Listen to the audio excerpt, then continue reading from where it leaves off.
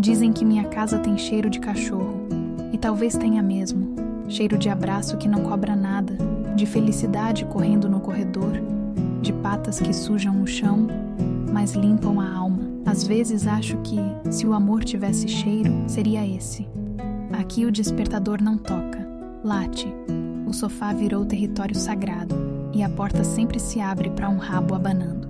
Já me disseram que parece bagunça, mas eu vejo lar, porque casa perfeita demais, às vezes, só esconde solidão bem decorada.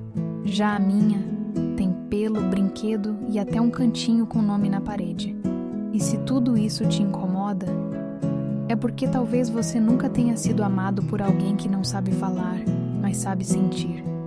O cheiro é de cachorro, sim, mas é também o cheiro do que a maioria anda procurando há tempos. Amor, de verdade.